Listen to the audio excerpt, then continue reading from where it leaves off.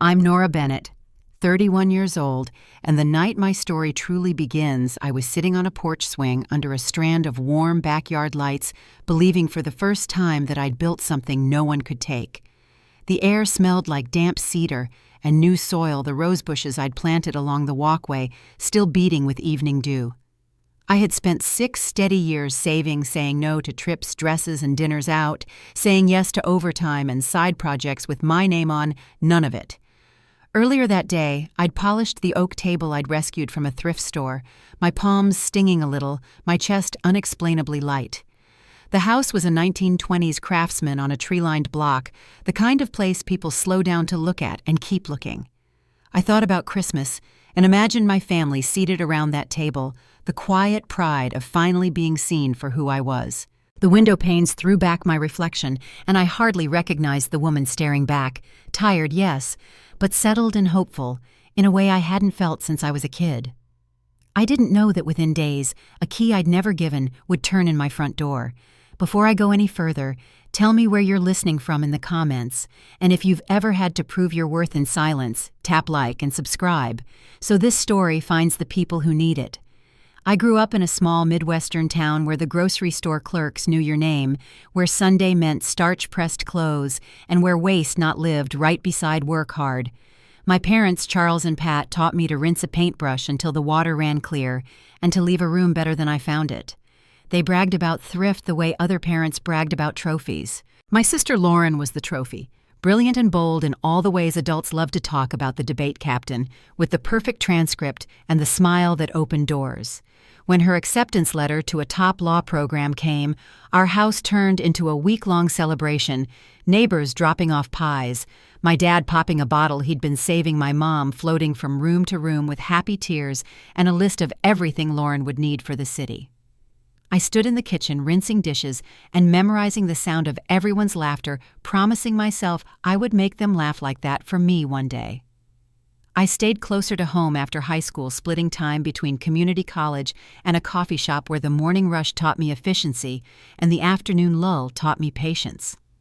A statistics class led to a data internship, and data turned into a steady job that didn't look like much from the outside, but kept the lights on and the rent paid. When people asked what I did, my parents said Nora works in tech. She's practical, and smiled in a way that told me practical was something to be grateful for, and grateful was something to stay. Lauren moved to Chicago, then higher into glass buildings and corner offices, and at her wedding my parents gave her a gleaming new car with a ribbon so red it seemed to hum.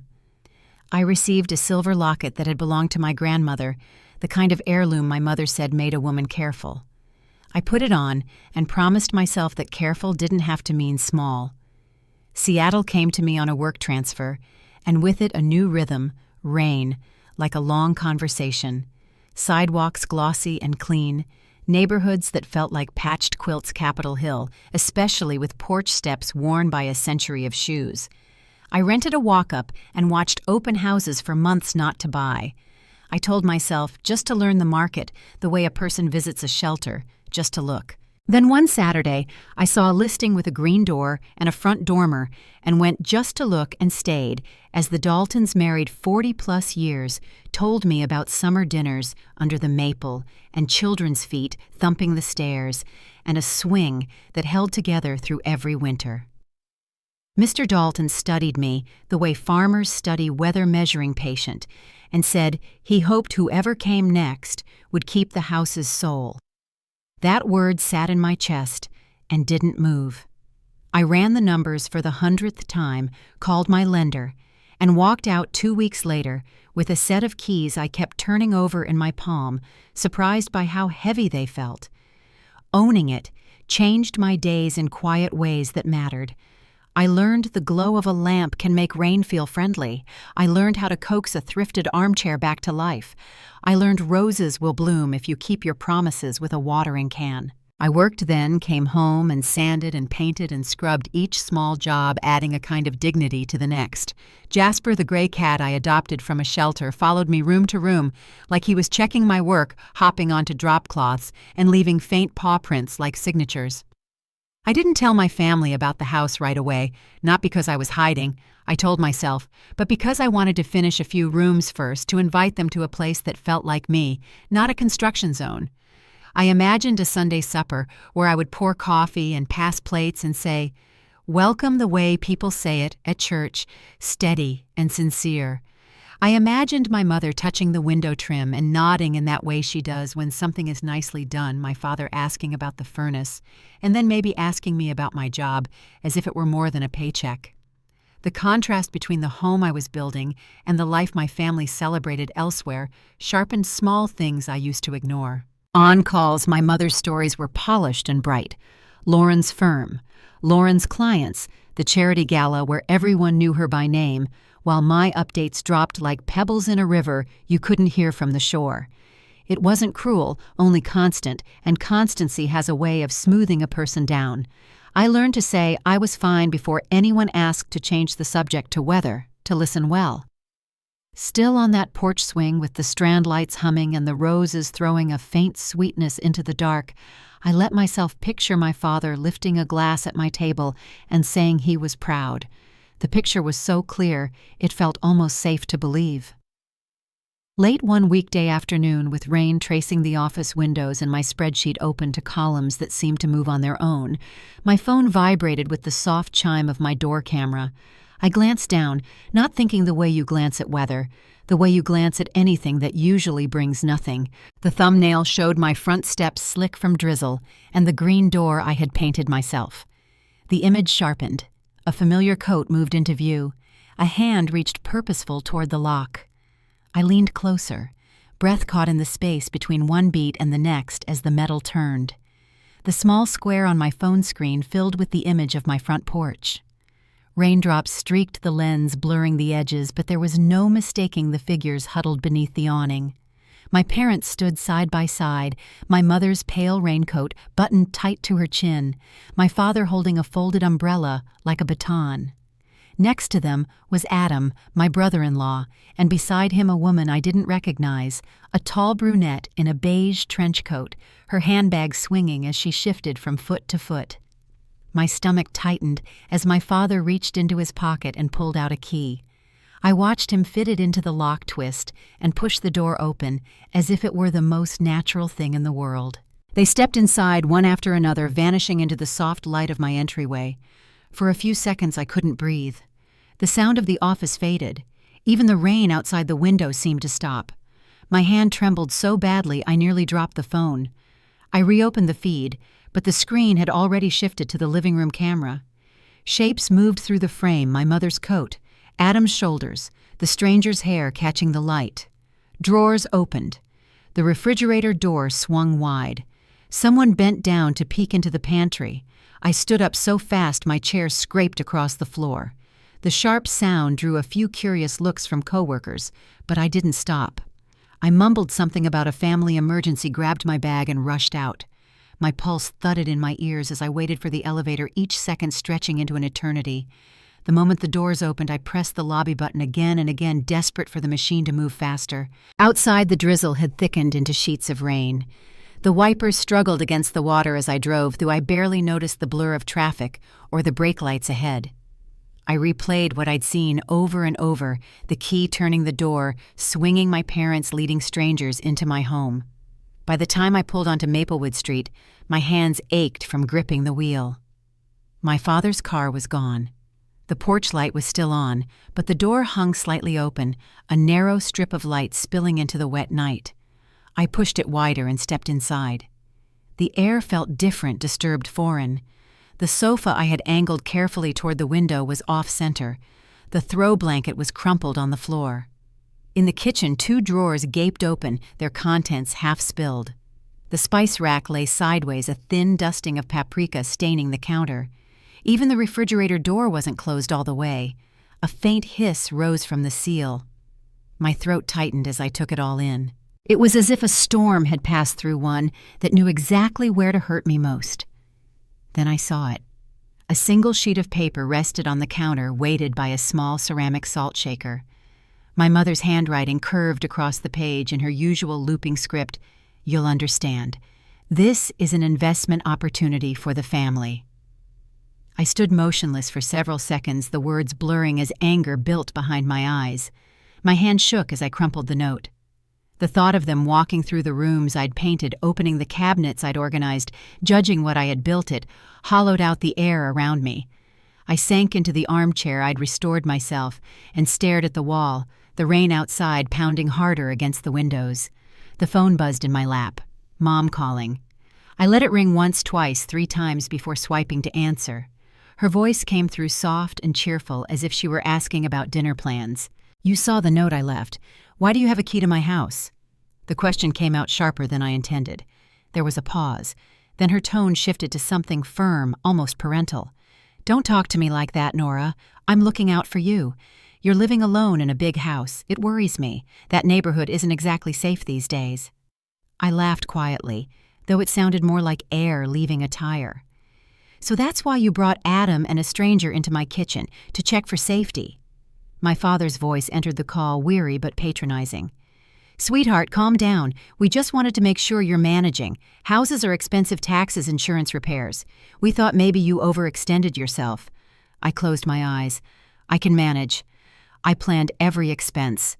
The numbers work." My mother sighed. "You always think you know best, but we have a better idea. Adam's been looking for new properties. If you let him manage this one, it could help everyone. You'd get income without worrying about upkeep." The weight of her words settled like wet sand. "So this isn't about safety. You want to turn my home into one of Adam's investments." "You're taking it the wrong way," she said quickly. "It's just smart planning." From somewhere near the receiver, Adam's voice carried through, hesitant, almost apologetic. "Nora, we just wanted to help ease things for you. Your parents were thinking that I can't handle what I worked for." My voice rose despite myself. "That you can walk into my house, rewrite the deed in your minds, and call it help." My mother's patience snapped. "Don't be ungrateful. We're trying to guide you. You're young. You don't see the big picture." I stared at the crumpled note in my hand. "I see it clearly. Starting tomorrow, I'm changing every lock. No one steps foot in here without my permission. Not you, not anyone. If someone tries, I'll call the police." Silence followed, thick, startled silence. Then my father's voice erupted. "Watch your tone. This house is part of our family's future. You're just holding it for now." "It's mine," I said evenly. "The deed, the mortgage, every dollar came from me. You don't get to decide what happens here." My mother's reply cracked like glass. "You'll regret this, Nora. When the bills pile up, don't come asking for help." The call ended before I could respond. The screen went dark. For a long moment, I sat motionless, the sound of rain filling the quiet.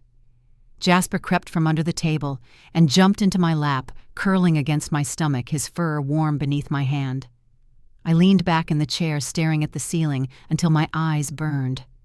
That night the house felt smaller, the air heavier. Every shadow reminded me that they had been here, moving through the rooms I thought were safe. I locked every door, checked every window twice, then sat on the floor by the front door, listening to the rain slide off the gutters. The betrayal came in waves. First anger, then disbelief, then the slow, aching realization that something fundamental had shifted. The next morning I woke to a silence that felt unnatural. No calls, no messages. By evening, the absence itself began to speak loud in its own way. When my phone finally buzzed, it wasn't comfort. It was a short text from Lauren. "Play your little secret game. You'll fail eventually." A smirking emoji followed, bright and cold against the gray background. I read it twice, maybe 3 times, until the words lost shape. Then I turned off the phone and set it face down on the counter. I cooked something simple, scrambled eggs and toast, but couldn't eat more than a few bites. The house that had felt like freedom now echoed with a kind of emptiness I couldn't name. Days passed without a word from my parents. They didn't call to ask how I was, didn't ask if I needed anything. It was as though I'd been cut out of a photograph they'd decided to keep hanging. I buried myself in work, staying late, filling the hours so I wouldn't think about what had happened. But every evening, stepping through the door, I could feel the echo of their presence, the faint smell of my mother's perfume, the misplaced spice jars, the way the rug didn't sit quite right under the table. One night, as I sat at the kitchen counter picking at a sandwich, a knock sounded at the door. The noise startled me enough that I froze mid-bite. Another knock followed lighter this time. When I opened the door, Dana stood there holding a paper bag that smelled of takeout and a bottle of red wine tucked under her arm. "Surprise," she said, stepping inside before I could answer. "I brought reinforcements, lasagna and Merlot." I managed a faint smile as she unpacked the food. "How did you know news travels?" she said with a shrug. "Your mom called my mom about the situation. Figured you might need actual dinner instead of caffeine." The words tumbled out of me before I could stop them. Everything. The camera feed, the note, the phone call, even Lauren's message. Donna listened without interrupting, her face calm, her hand steady as she sliced bread and passed me a plate. When I finished, she sat back, eyes thoughtful. "This isn't really about the house," she said finally. "It's about them needing you small. If you own something they can't control, it ruins the story they've told themselves." Her voice was quiet, but certain, and something in me eased for the first time in days. We ate in silence for a while, the rain outside soft again, tapping lightly against the window.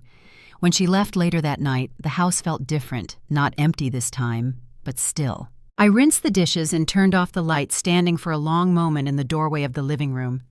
The armchair sat back in its place, the spice rack straightened. I whispered to Jasper, who blinked at me from the couch, "We're changing the locks tomorrow." And as the wind shifted outside, the air carried a sense of something closing and something else quietly beginning.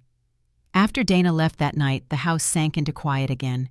The smell of baked cheese and red wine lingered in the air, soft but heavy, like something trying to remind me I wasn't completely alone.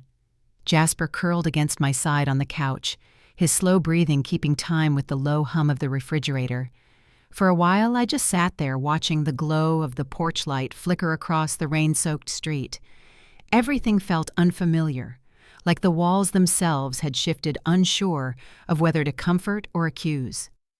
The next few days passed in a fog. I kept busy at work, staying late under the excuse of another report, do another set of numbers that needed double-checking. The hum of the office, the rhythm of clicking keyboards became the only sound that didn't ache. I avoided my phone except to check messages from clients. My parents' silence was total, almost deliberate. It carried the weight of a verdict I had overstepped. When Friday arrived, the ache that had been sitting in my chest for days finally spilled over. I went home, tossed my bag onto the counter, and leaned against the cool marble for a long moment before sinking into a chair. The house was spotless, yet it felt hollow. The roses outside were blooming, but their reflection in the window only reminded me how much effort I'd poured into something they dismissed as foolish. I reheated the leftover lasagna Dana had brought, but it barely touched the hunger twisting in my stomach. As I sat there staring at the fork in my hand, I heard a faint buzz.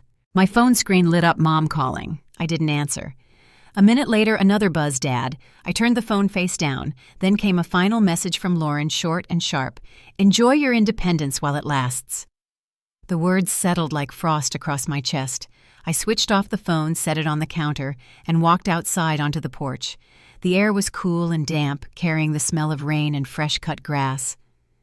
For the first time since the confrontation, I let myself cry, not the sharp kind of crying that comes with anger, but the slow, quiet kind that feels like surrender. It wasn't only about the house. It was every dinner table where my name had been an afterthought, every holiday where Lauren's triumphs filled the room and my small achievements barely earned a nod.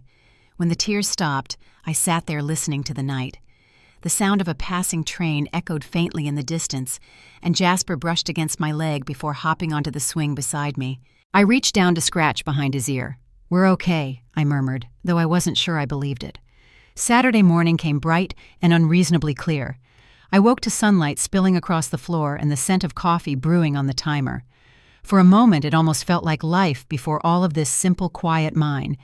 But the moment cracked when I saw the unopened text still glowing faintly on my phone screen.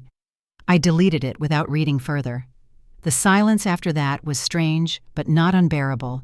Days slipped into one another. I worked, came home fed. Jasper fixed dinner and sat in the same spot at the table where I had once pictured my family gathered. Sometimes I caught myself reaching for my phone to send a photo of a new recipe or a blooming rose bush before remembering that no one on the other end really wanted to see it. Other nights I'd pull the curtains wide and let the street lights cast soft shadows over the living room as if the light itself could fill the empty spaces they left behind. One evening after a long day of data meetings, I was locking up my office when I noticed a familiar car parked near the curb. The black sedan was polished to a mirror shine, its headlights dimmed but unmistakable. My heart stuttered when I recognized Adam leaning against the driver's side door, hands shoved into his pockets, head down, as though he'd been waiting. I hesitated, glancing back toward the building, weighing whether to turn around. But he looked up, then caught my eye, and motioned me over with a cautious nod. "Nora, can we talk?" His voice was quieter than usual, missing the smooth confidence I'd always associated with him. I stayed a few steps back. "If this is about the house again, I'm not interested." "Please," he said. "Just 5 minutes. No one else knows I'm here." Something in his tone, tired, almost desperate, made me pause. I crossed my arms but nodded toward the car. Inside, the air smelled faintly of leather and cologne. He sat with both hands on the steering wheel, eyes forward. For a while, neither of us spoke. Then he exhaled and said, "You deserve to know what's really going on." He told me that Lauren's firm had lost 2 major clients. A lawsuit was pending, one that could drag the whole company into bankruptcy. The loans they'd taken to expand were collapsing. The condo, the cars, the accounts all already tied up. The bank had demanded collateral and they were out of options. My stomach sank. "So, they thought of me," I said quietly. He nodded, shame flickering across his face. "Your parents were desperate. They said your house was the safest bet, good neighborhood, solid value. They figured it could hold everything together until the firm recovered."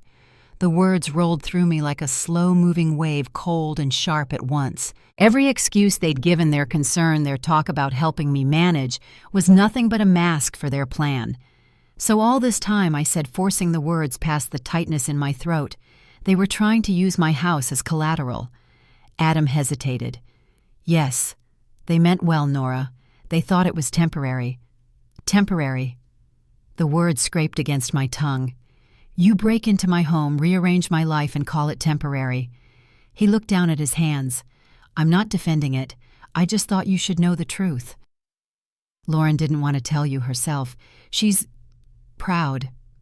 I let out a bitter breath. "Proud enough to steal from her sister." He winced. "It wasn't her idea, not at first.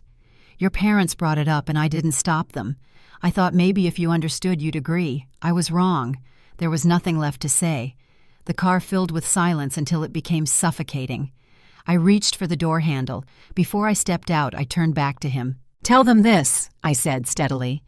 "If anyone tries to touch my house again, I'll get a lawyer. And next time, I won't bother with warnings."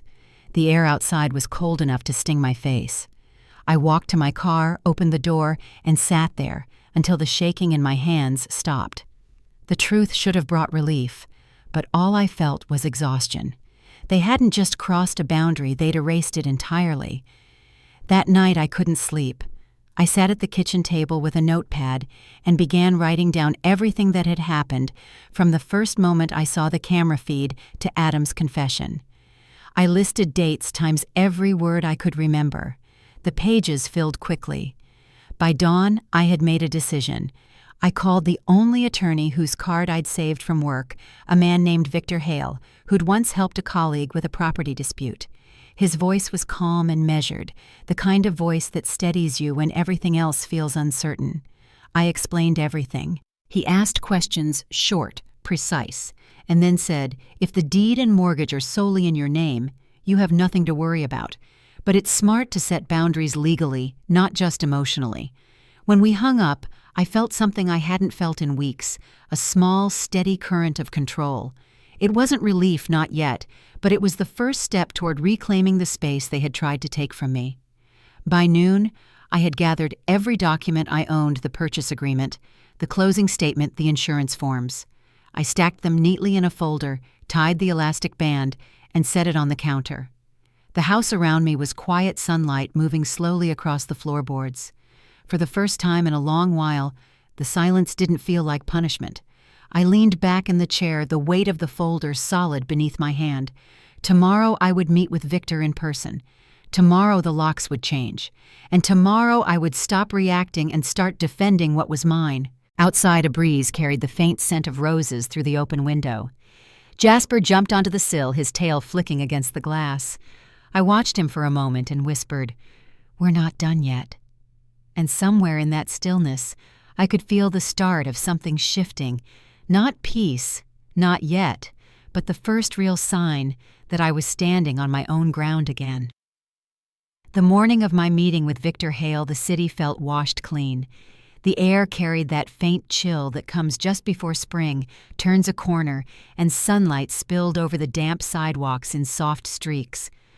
I arrived at his office downtown, a quiet suite tucked between a florist and a coffee shop. Inside, everything was orderly, dark wood muted carpet, the low hum of printers somewhere behind the glass door. Victor greeted me with a calm nod, the kind of presence that didn't need to fill a room to command it. We sat across from each other at a simple table, my folder of documents spread open between us. He reviewed each page carefully, his pen tapping softly against the paper as he read. Every few minutes, he'd ask a question about the purchase date, the closing process, or the mortgage balance. I answered as best I could, the steady rhythm of his questions grounding me. When he finally looked up, his expression softened. "You did everything right," he said. "The deed and mortgage are exclusively under your name. What your parents did wasn't just invasive, it was unauthorized entry. If you want, we can file a notice of trespass immediately." The weight I'd been carrying for weeks eased just slightly. "So legally they have no claim?" "None whatsoever," he replied. "And if they try to use your house for anything collateral rental sale, you'll have grounds to stop them. I'll draft a letter stating that any future interference will result in formal action." I nodded, the sound of my own heartbeat loud in my ears. "Do it." When I left his office, the city looked different, brighter, sharper, almost too alive. For months I had moved through life under a haze of doubt, but now I had something concrete, something that belonged only to me and could not be taken. That afternoon I stopped by a locksmith to schedule a full lock replacement. The man behind the counter, middle-aged and kind-eyed, told me they could come the next morning. I added 2 extra cameras to my order, a smart lock system, and an updated alarm code. It wasn't just about safety anymore, it was about control. The next day, the technician arrived early. His name was Calvin Reed, and he worked with quiet efficiency, moving from door to door while explaining each new feature. "You can change the code whenever you want," he said. "Weekly, daily doesn't matter. Only you will know it." When he finished, I signed the paperwork. Before leaving, he hesitated at the door and said, "You'd be surprised how many calls we get like this. People think they can walk into family homes like it's still theirs. You're doing the right thing." His words stayed with me long after he left.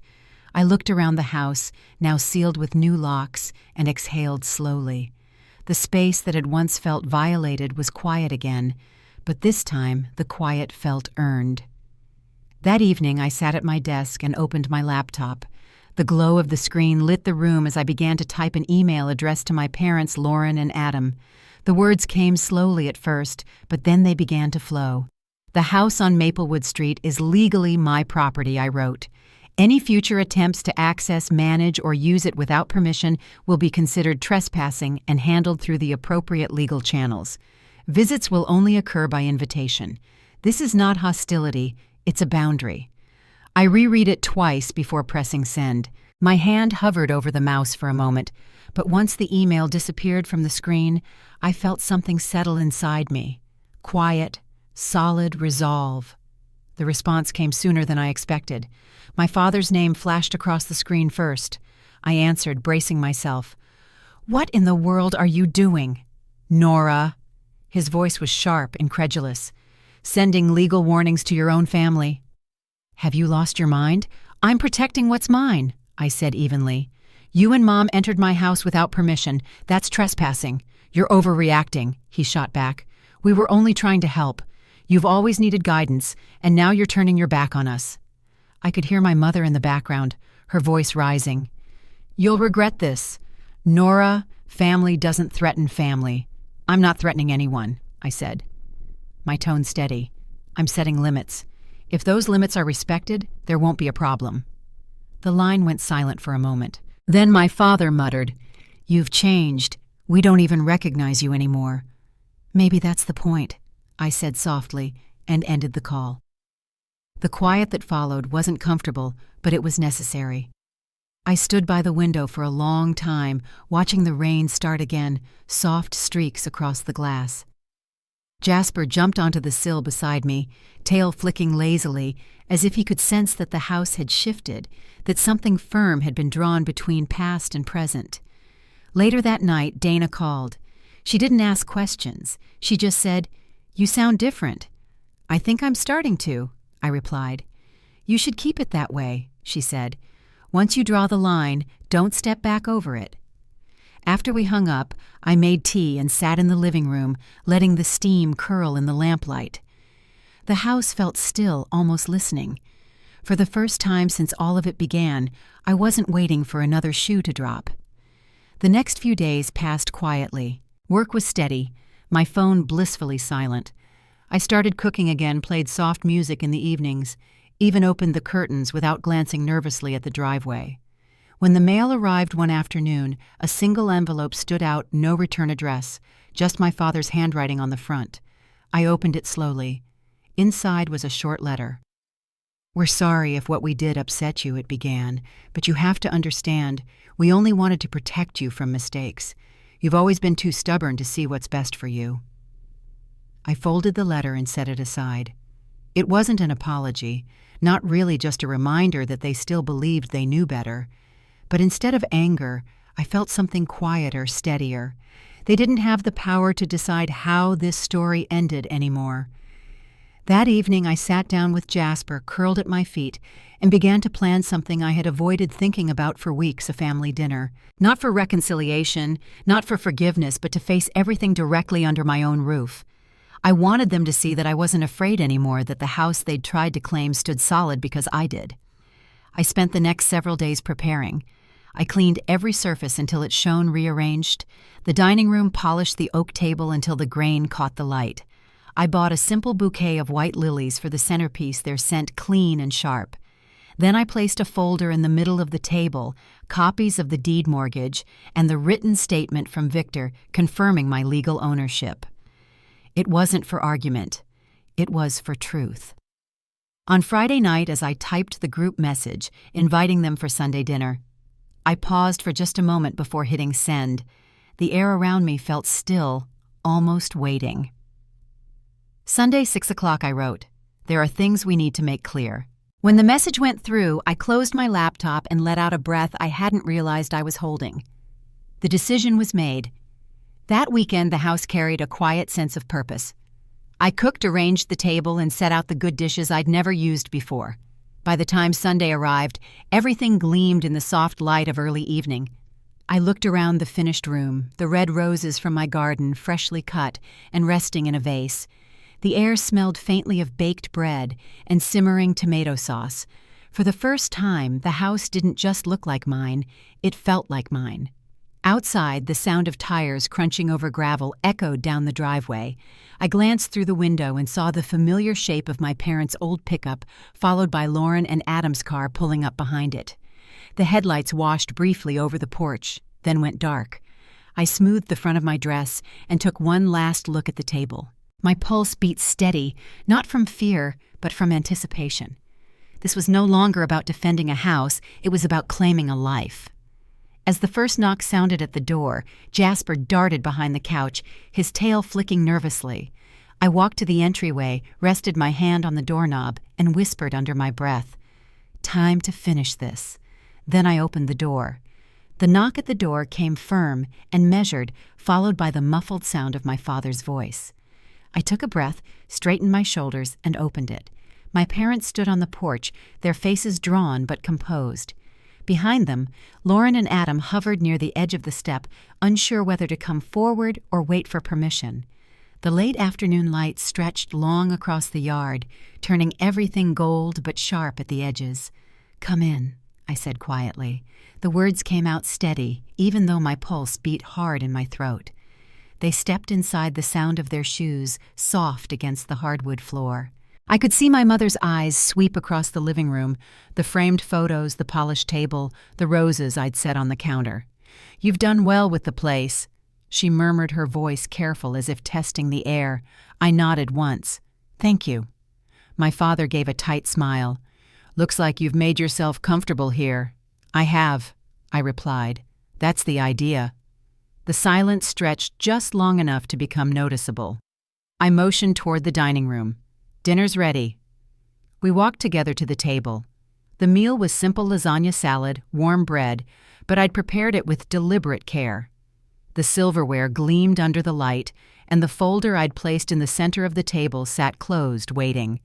My father took the chair at the head as if by instinct, while my mother settled to his right. Lauren and Adam sat opposite each other, leaving the seat at the far end for me. For a moment, all I heard was the clink of utensils and the faint hum of the refrigerator. Then I reached into my pocket, pulled out a folded sheet of paper, and placed it beside the folder. The paper was the note my mother had left on my counter, the one that started everything. I wanted to ask about this. I said, my tone calm. "You wrote it, didn't you?" My mother's eyes flicked to the paper, then to me. "Nora, I think you misunderstood. That was just, I didn't misunderstand," I said.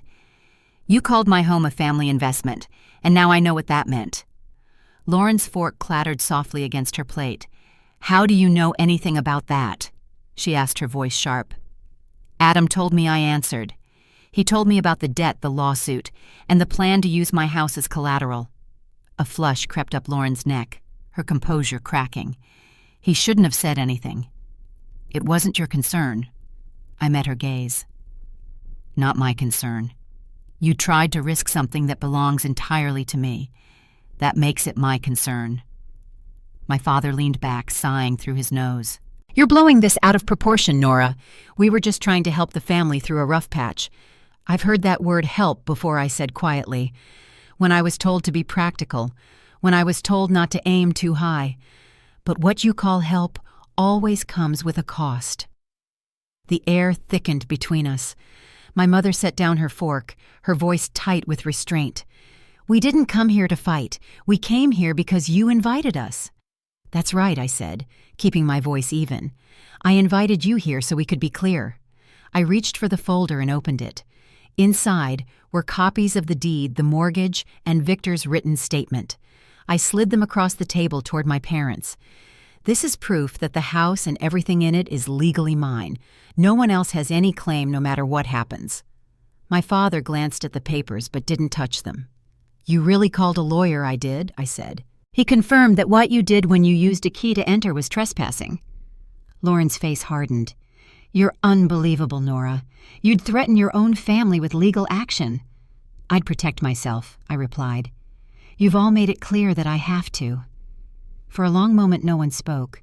The clock on the wall ticked loudly in the stillness. Adam shifted in his seat, his expression uneasy. Finally he cleared his throat. "She's right," he said, his voice low. "We crossed a line. This house isn't ours to touch." Lauren turned to him sharply. Adam stopped talking. But he didn't. He looked at my parents, then at me. "I should have said something sooner. The firm's in serious trouble and your parents were desperate to fix it. They thought if the loan went through, we could save everything. It wasn't fair to put that on you." My mother's lips pressed together, color rising in her cheeks. "You had no right to speak for us." "I have every right," he said, his tone soft but firm. "Because I was part of the problem, too." The room went still. The only sound was the faint rustle of the curtains shifting in the draft from the open window. I looked at Adam and nodded once. "Thank you for being honest." My father's voice cut through the quiet sharp again. "This is nonsense.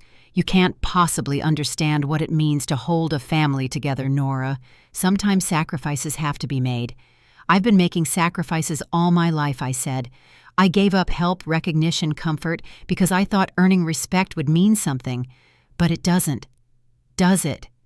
Not when you only see me as a backup plan." Lauren stood abruptly, the chair legs scraping against the floor. "Enough of this. You've made your point." I rose too steady but unwavering. "No, I haven't. Let me make it now." I placed both hands on the table and looked at each of them in turn. "This is my house. I will not sell it. I will not rent it. I will not mortgage it for anyone. If you try to interfere again, I'll treat you as strangers and involve the police. Do you understand?" The words hung in the air like a final verdict. My father's face went pale. My mother looked away. Lauren stared at me with disbelief, as if trying to recognize someone she'd never met. At last, Adam nodded slightly. "She's serious," he said quietly. I straightened the silence pressing against my ears. "Dinner's over," I said softly. No one moved for several seconds. Then chairs scraped back, the sound echoing in the still room. My parents gathered their coats, avoiding my eyes. Lauren's heels clicked sharply across the floor, her mouth a thin line. Adam lingered for a moment, his gaze heavy with apology, before following them out. At the door, my mother turned back. "You'll regret this one day, Nora. Family doesn't stay broken forever." I met her eyes. "Maybe not, but it stays honest." She said nothing more. The door closed with a dull thud, and the sound of their cars faded down the street. For a long time I stood there in the quiet. The candles on the table burned low, their wax pooling across the cloth. The air still smelled of tomato and bread, but beneath it lingered something else. Finality, maybe, or relief. I gathered the plates one by one, stacking them neatly in the sink. When the last light flickered out, I walked to the front porch and sank onto the old swing. The wind had picked up, carrying the faint scent of rain. Jasper leapt into my lap, curling into a tight ball.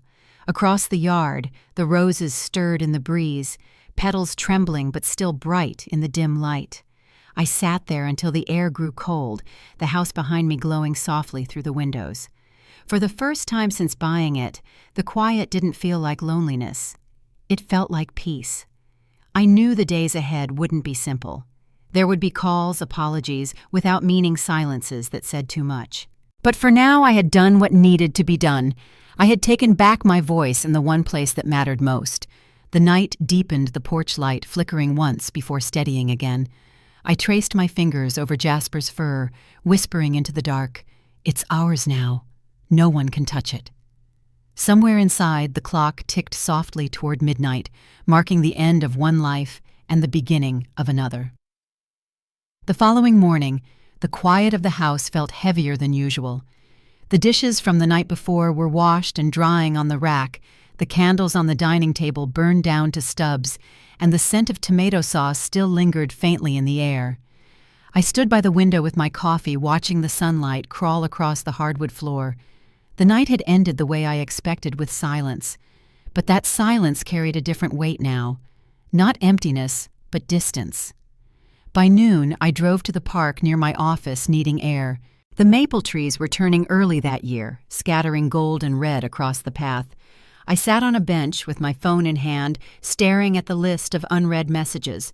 2 from my father, 1 from my mother. I opened the first. "I'm sorry if things got out of hand last night, but you need to understand we were just looking out for you." The next one followed minutes later. "You're still our daughter. Don't make this about pride."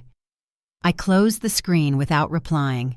The messages read like apologies, but carried no admission, the kind that smooths the surface but leaves the crack underneath.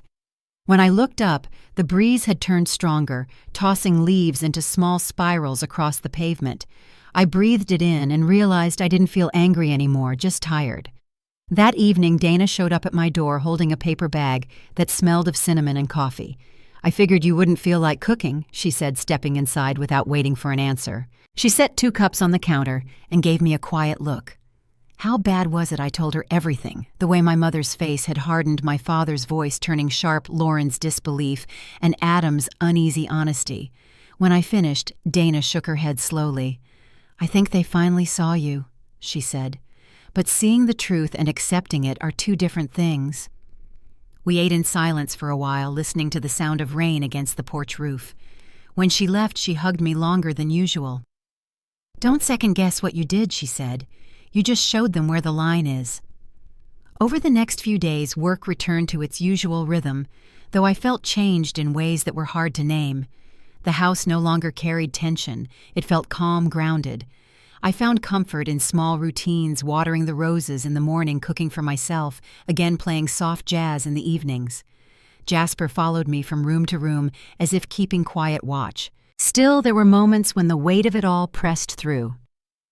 Late one evening, as I was shutting down my laptop, the phone rang. The screen showed my father's name. For a moment, I considered letting it go to voicemail, but something in me wanted to hear what he'd say. His voice was gentler than I expected. "Nora," he began. "Your mother and I have been talking. Maybe we were too harsh. We didn't mean to make you feel cornered." I listened, saying nothing. He continued, "Your sister's firm. Things aren't improving. She's struggling, and I think you should reach out. She won't admit it, but she's under a lot of pressure. Maybe if you talked to her, she'd listen." The quiet stretched between us. "I'll think about it," I said finally. "I just don't want this to break the family completely," he murmured. "No matter what happened, you're still ours." When the call ended, I stood there for a long time, the words echoing faintly in the stillness.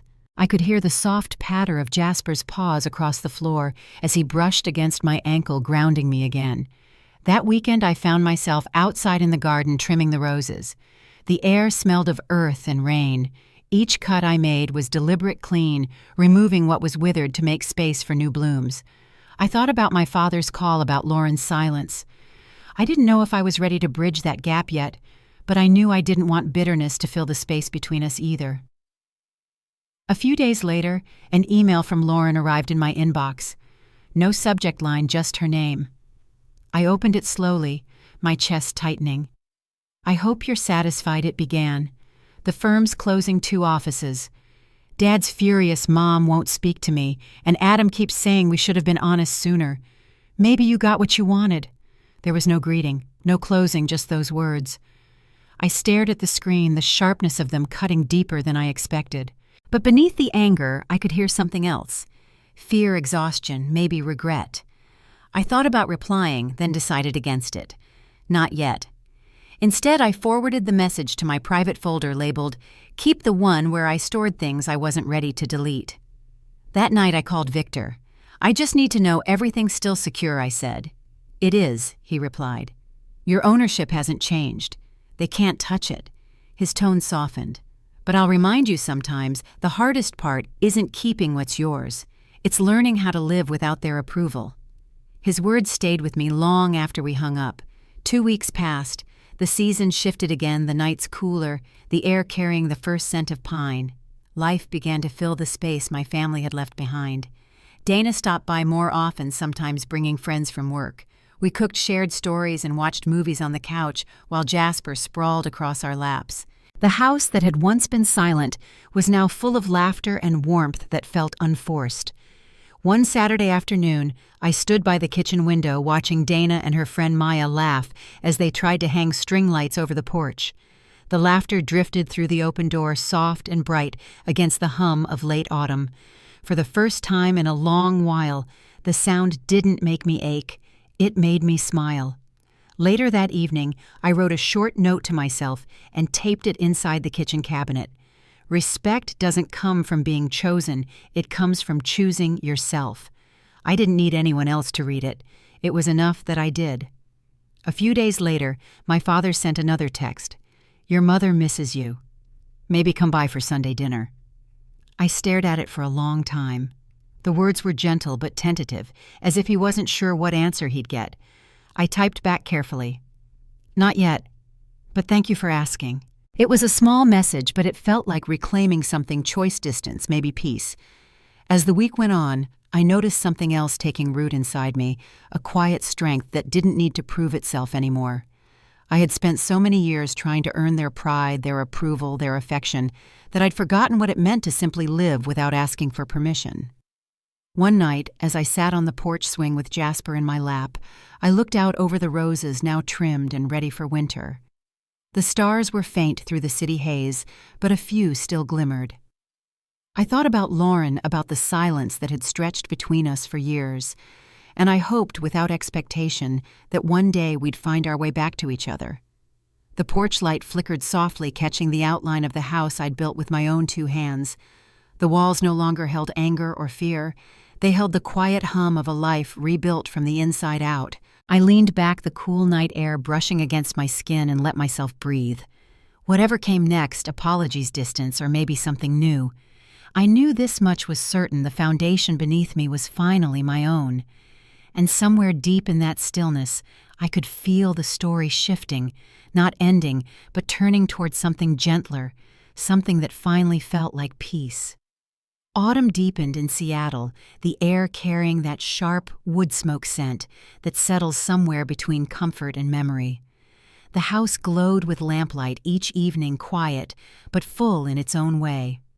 My routine had found a rhythm: work walks evenings on the porch, and though I rarely thought about the confrontation anymore, there were moments when a certain stillness reminded me of all that had changed.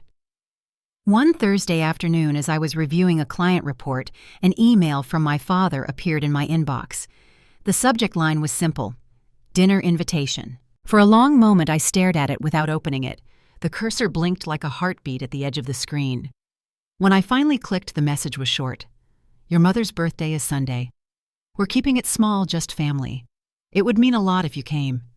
I read it twice, then leaned back in my chair. My first instinct was to decline to preserve the fragile peace I'd built. But something in the tone, gentler stripped of the usual edge, made me hesitate. That night I called Dana to ask what she thought. She didn't answer right away. Then she said, "You don't owe them forgiveness, but maybe you owe yourself a chance to see what's changed." I thought about that for a long time. On Sunday afternoon, I drove out to my parents' house for the first time in months. The drive felt both familiar and foreign, the winding road lined with maples dropping leaves that brushed the windshield in gold streaks. When I pulled into the driveway, the old porch light flickered on automatically, the same one that used to guide us home after curfew. My mother opened the door before I could knock. She looked smaller somehow. Her posture softened. "You came," she said quietly. "I did." Inside the house smelled like roast chicken and apple pie. The dining table was set for 6. My father was carving meat in the kitchen, his sleeves rolled up the way he always did on holidays. Lauren stood at the counter arranging salad plates, her hair tied back, her movement slower than I remembered. Adam greeted me with a nod and a half smile. "It's good to see you, Nora," he said, and for once I believed he meant it.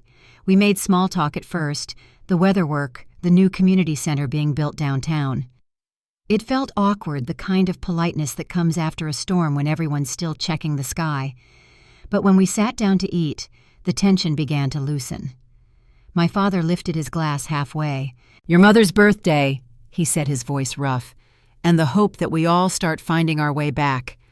No one clinked glasses, but no one argued either. It was enough. As dinner went on, conversation found an easier rhythm. My mother asked about my garden, about the roses that had survived the first frost. Lauren listened quietly, her fork turning slow circles through the mashed potatoes. At one point I looked up and caught her eyes. There was something there, tiredness, maybe regret, but she didn't look away. When the plates were cleared and coffee was poured, my mother brought out a small cake. The candles burned low and uneven, their wax dripping onto the frosting. After she made her wish, she looked around the table and said softly, "Thank you for coming, all of you." For the first time that evening, she met my eyes directly. "Nora," she said, her voice trembling slightly. "I didn't realize how much hurt we caused. I should have protected what you built instead of trying to claim it. I'm sorry." The room went still. My father looked down at his hands. Lauren blinked fast, staring at her coffee cup. I couldn't find words right away. The apology had come so unexpectedly that it took a moment to land. I nodded slowly. "Thank you for saying that. It wasn't forgiveness, not yet, but it was something solid enough to rest on." After dinner, while the others cleared the table, Lauren followed me onto the porch. The air was cool and smelled faintly of pine. We stood in silence for a while, the glow from the kitchen spilling out behind us. "I wanted to tell you," she began, her voice barely above a whisper, the firm closed. "I lost my position 2 weeks ago." I turned toward her. "I'm sorry, Lauren." She let out a hollow laugh. "You're the only one who said that. Mom keeps calling it a setback. Dad says I should start over, but he still looks at me like I ruined something he built." I didn't know what to say, so I just listened. She wrapped her arms around herself and stared out into the dark yard. "You were right," she said finally, "about everything. I was so caught up trying to keep up the image I didn't realize how much it cost. When everything fell apart, I started therapy. It's helping. I'm trying to be different." The words hit me harder than I expected. "That's good," I said quietly. "I'm glad you're getting help." She looked down, then back at me. "I don't expect you to trust me again, but I do hope someday we can talk without all the noise." I hesitated, then nodded. "Someday sounds like a start." Lauren smiled, small and tired, but genuine. When we went back inside, my father was laughing softly at something Adam said. My mother stood by the sink humming as she rinsed plates. It felt strange, fragile, like walking through a house rebuilt after a fire still standing, but never quite the same.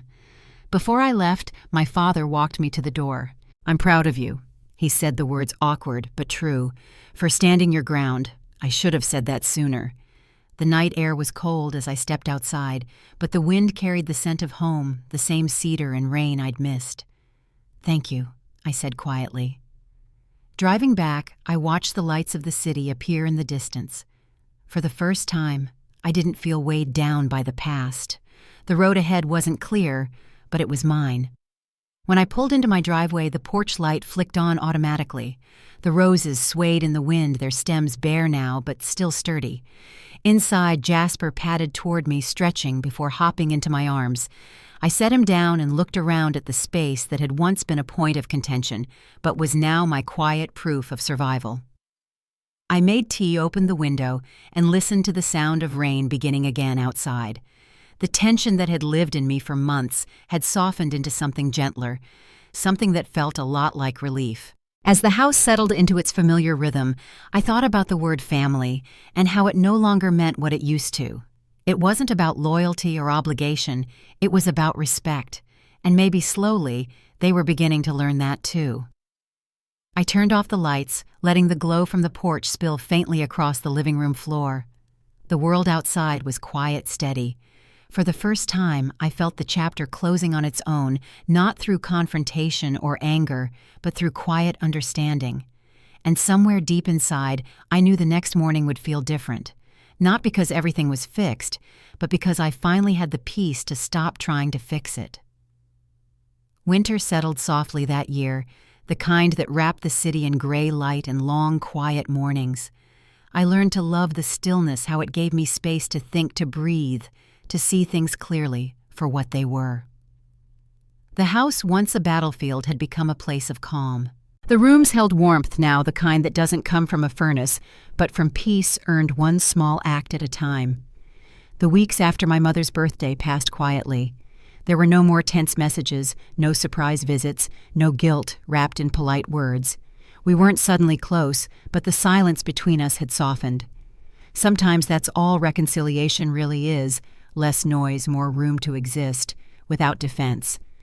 One Sunday afternoon, while pruning the last of the roses in the yard, I noticed new buds forming along the stems. It was early, too early for growth, but there they were, tiny, green, and certain. I took it as a sign that some things find a way forward, even after frost. A few days later, a card arrived in the mail. The handwriting was my mother's, neat and deliberate. Inside were just a few lines. "We're proud of the life you've built. You were right to protect it. Love, Mom and Dad." It wasn't long or sentimental, but I read it several times, letting the words sink in.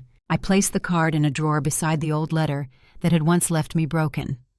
One reminded me where I came from. The other reminded me how far I'd come. Lauren called a week later. Her voice sounded different, quieter, steadier. "I started a new job," she said. "It's not as glamorous, but it feels honest." We talked for nearly an hour, not about the past, but about small, ordinary things, her morning walks, my neighbor's cat that kept trying to sneak inside, how good it felt to breathe without pretending. It wasn't the kind of conversation that fixes everything, but it was real. That night, as I sat by the window with Jasper curled at my feet, I thought about what justice had looked like for me. It wasn't revenge or proving anyone wrong. It was standing up without apology, protecting what was mine, and learning that peace doesn't come when others change. It comes when I stop letting them decide my worth. The house had taught me that. Every wall I'd painted, every repair I'd made, every night I'd sat in the quiet, those were pieces of something stronger than approval. They were reminders that I could build a life not out of anger, but out of self-respect. Sometimes I still caught myself remembering the girl who used to wait for permission to feel proud.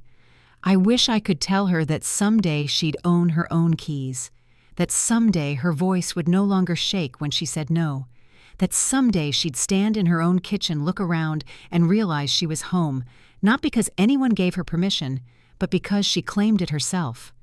As the months passed, I found joy in smaller circles, friends who showed up with laughter, and lasagna neighbors who waved from across the street, the simple satisfaction of work done well. The world didn't need to be grand to feel complete. It just needed to be honest. On the first day of spring, I hosted a small gathering in the backyard. Dana, a few coworkers, and even Lauren, who brought a pie she'd made herself. My parents couldn't come, but they sent flowers, a simple bouquet of lilies with a note that said, "For new beginnings." I placed them on the table and smiled. The gesture was enough. As the evening faded, the lights from the porch glowed soft across the grass. Laughter drifted through the air, mingling with the hum of cicadas. For the first time, I didn't feel like the quiet one in the corner of my own story. I felt present, rooted free. Later, when everyone left and the house fell still again, I sat on the porch swing and watched the moon rise above the rooftops. The roses moved gently in the night breeze, the new buds shining faintly in the light. I realized then that life's real justice isn't found in victories, it's found in dignity. In the choice to stand tall when others doubt you, to build peace, when anger would be easier to let go, when holding on would only hurt more.